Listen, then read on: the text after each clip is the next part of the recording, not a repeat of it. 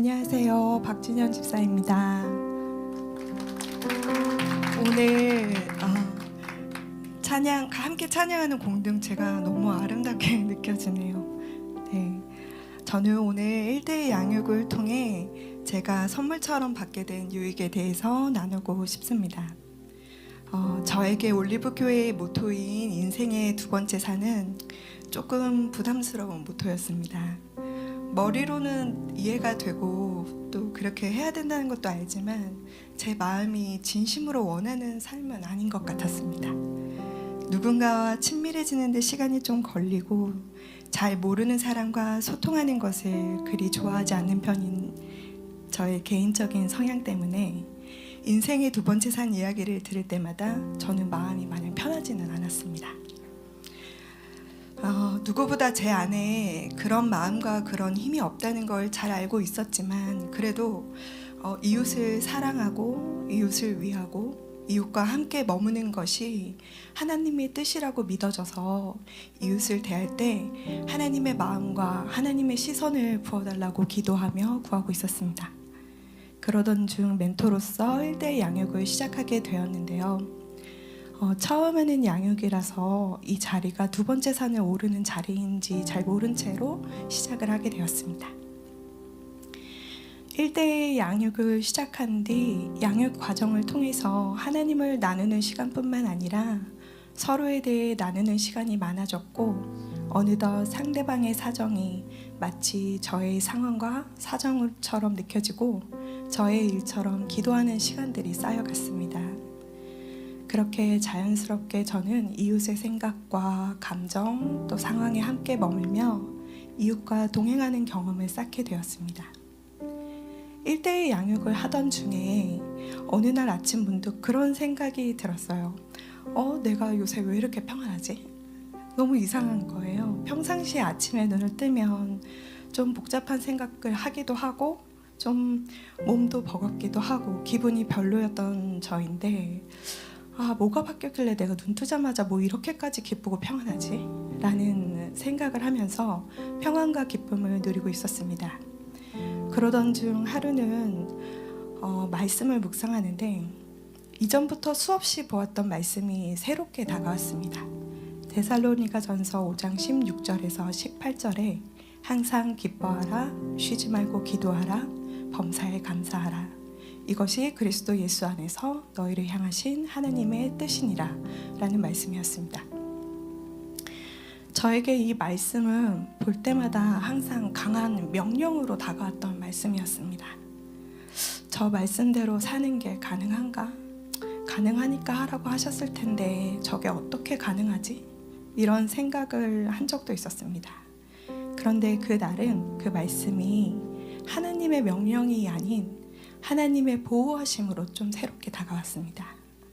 하나님의 뜻을 알고 하나님의 마음을 구하여 너희가 서로 사랑하면 항상 기쁠 수 있게, 항상 기도할 수 있게, 항상 감사할 수 있게 보호해 줄 것이라는 신실하신 하나님의 약속으로 저에게 다가왔습니다.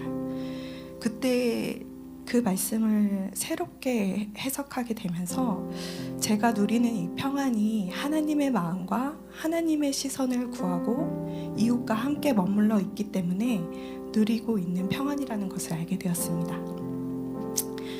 부끄러운 이야기지만 이 부분은 제가 막 쓸까 말까 고민도 했었는데요. 저도 모르게 사람이나 상황으로 인해서 저의 기쁨과 감사가 빼앗길 수 있다는 깊은 두려움을 가지고 있었던 것 같습니다.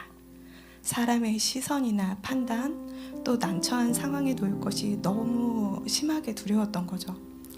그래서 저는 불필요한 관계라고 생각되거나 불필요한 상황이라고 생각되면 항상 무관심하거나 그 상황을 빨리 벗어나고 싶어 했습니다. 문제는 그 두려움이 두려움으로써 저에게 모습을 드러내지 않았고 마땅히 존중받아야 할 제 개인적인 기질과 성향인 것처럼 저를 속였습니다.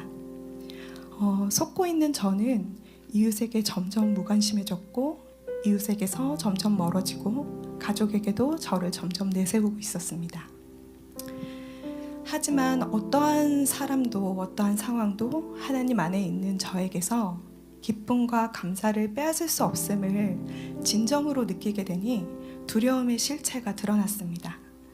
그 두려움은 제 내면 깊숙이 숨어서 예전부터 거대하게 일렁거리며 돌아다녔던 것 같습니다. 얼마 동안이나 돌아다녔는지 헤아릴 수도 없이 오래된 것 같았습니다.